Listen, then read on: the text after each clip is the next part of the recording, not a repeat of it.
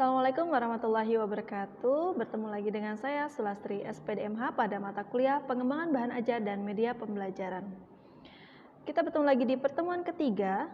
Ya, pertemuan ini akan membahas mengenai bahan ajar non cetak. Ya, setelah rekan-rekan mahasiswa mempelajari bahan-bahan ajar cetak di pertemuan yang lalu, kita akan membahas tentang bahan ajar non cetak.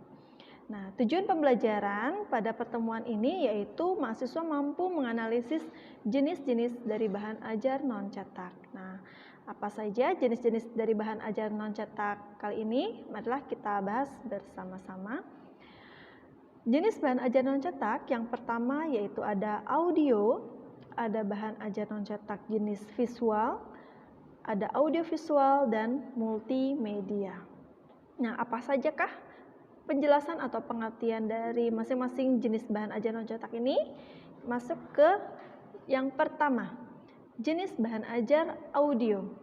Ya, pengertian bahan ajar audio itu merupakan salah satu jenis bahan ajar non cetak yang di dalamnya mengandung suatu sistem yang menggunakan audio secara langsung yang dapat dimainkan ya, atau diperdengarkan oleh pendidik kepada siswanya.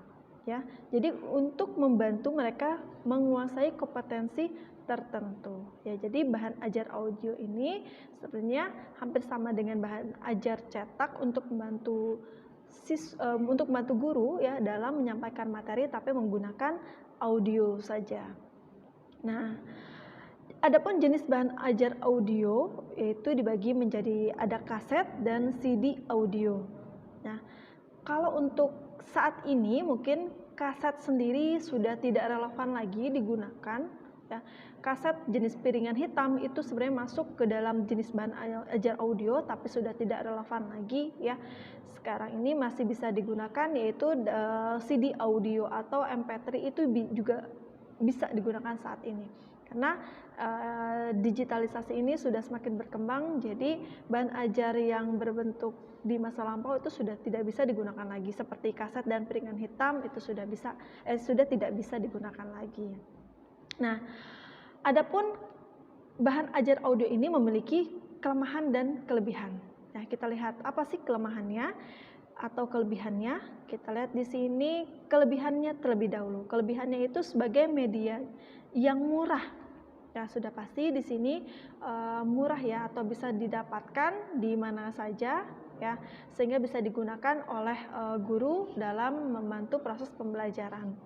Kemudian dapat digunakan kapan saja, apalagi sekarang sudah digitalisasi menggunakan MP3 itu bisa ya, dapat digunakan kapan saja ya, dan di mana saja ya oleh peserta didik maupun pendidik.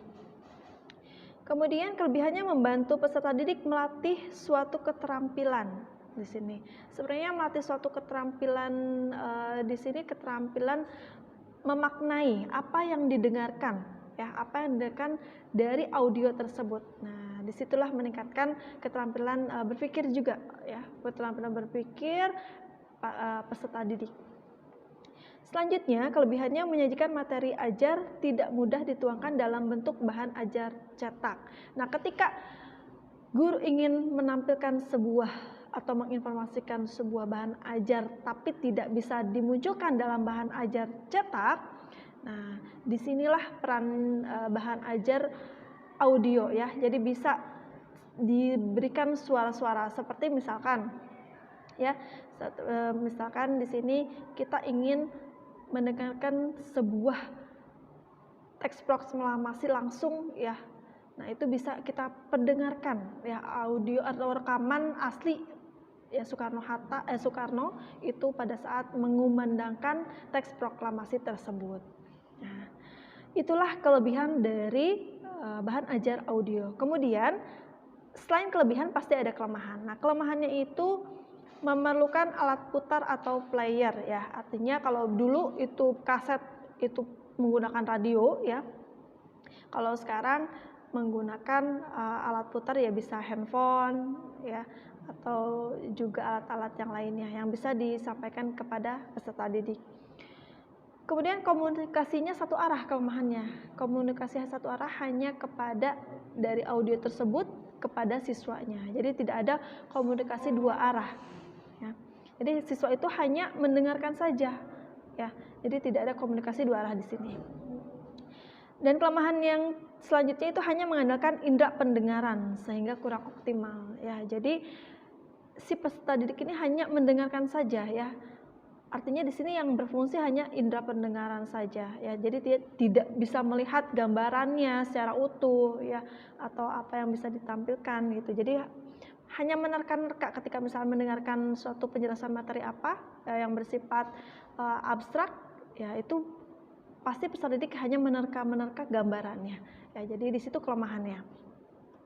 Kemudian ya, bahan ajar yang selanjutnya, bahan ajar cetak yang selanjutnya yaitu bahan ajar jenis visual.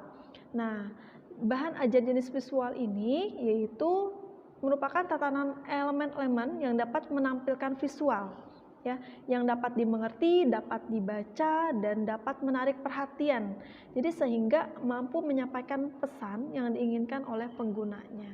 Ya, jadi visual ini berbentuk gambar, ya, bisa menampilkan sebuah ilustrasi atau gambaran yang bisa dimengerti oleh peserta didik ya ketika melihat visual tersebut. Nah, adapun kegunaan bahan ajar visual ini dalam kegiatan pembelajaran, yang pertama, kegunaannya itu memperjelas penyajian pesan agar tidak terlalu bersifat verbalistis. Ya, ketika misalkan guru hanya ceramah saja, itu pasti ada peserta didik yang mungkin yang mispersepsi ketika kalau misalkan menjelaskan hal yang abstrak. Nah, disitulah peran dari bahan ajar visual ya untuk memberikan gambaran hal-hal yang abstrak itu menjadi lebih konkret. Nah, kemudian mengatasi keterbatasan ruang, waktu, dan daya indera. Nah, disinilah ketika kita ingin melihat sebuah misalkan gambar atau misalkan sebuah museum. Nah, museum itu peserta didik kan tidak bisa secara langsung ke sana ke museum. Nah, guru itu bisa menampilkan bahan ajar visual ini, menampilkan gambar museum apa misalkan atau candi atau apa, itu bisa ditampilkan dengan bahan ajar visual ini. Ya. Nah, kemudian bahan ajar visual ini ada jenisnya, ya, ada jenis cetak, ada non cetak. Jadi bahan ajar jenis cetak yang kita bahas di pertemuan sebelumnya itu sebenarnya masuk juga ke dalam bahan ajar visual ya, karena itu bisa memberikan sebuah gambaran-gambaran atau visualisasi atas materi-materi yang disampaikan. Nah, ada juga bahan ajar visual ini bentuk non cetak ya. Non cetak di sini jenisnya model atau maket, itu masuk ke dalam visual ya yang bisa dilihat. Nah, selanjutnya bahan ajar audio visual. Bahan ajar audio visual di sini sudah pasti itu bahan ajar yang ditampilkan ya, ada audio dan ada visual ya. Artinya ada gambar dan suara yang dimunculkan, yang ditampilkan kepada peserta didik ya. Seperti apa? Seperti misalkan seperti film, video-video yang ada gambar dan suaranya ya. Dan ini juga selalu atau sekarang yang saat ini sering digunakan bahan ajar audiovisual ini pada pembelajaran daring ya, atau pada masa pandemi seperti ini. Nah, adapun kelebihan dari audiovisual ini yaitu memperjelas penyajian pesan agar tidak terlalu bersifat verbalistis ya.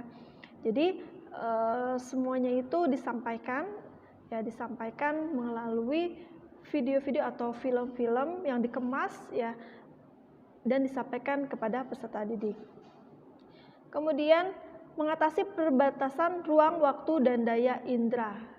Ya, ketika kita ingin melihat secara nyata, misalkan proses terjadinya misalkan letusan gunung berapi. Nah, di situ ada visualisasinya, ada gambarannya yang ditampilkan pada video letusan gunung Merapi tersebut. Ya. Dan atau misalkan kalau dalam mata pelajaran PKN itu ketika kita ingin melihat proses perumusan sidang BPUPKI, nah itu bisa kita tampilkan bagaimana proses-proses sidang tersebut ya, ada gambar atau dokumenter ya, film dokumenter, gambar dan suaranya itu, sehingga siswa itu jelas, oh ternyata kondisi pada saat sidang BPUPKI seperti itu. Ya.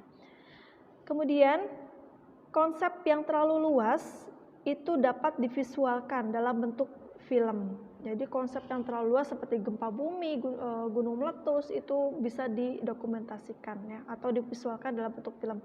Atau misalkan proses kemerdekaan Indonesia itu kan terlalu luas ya, jadi juga bisa dibuatkan sebuah film ya. Kelebihan yang selanjutnya itu objek yang terlalu besar digantikan dengan realitas atau gambar ya.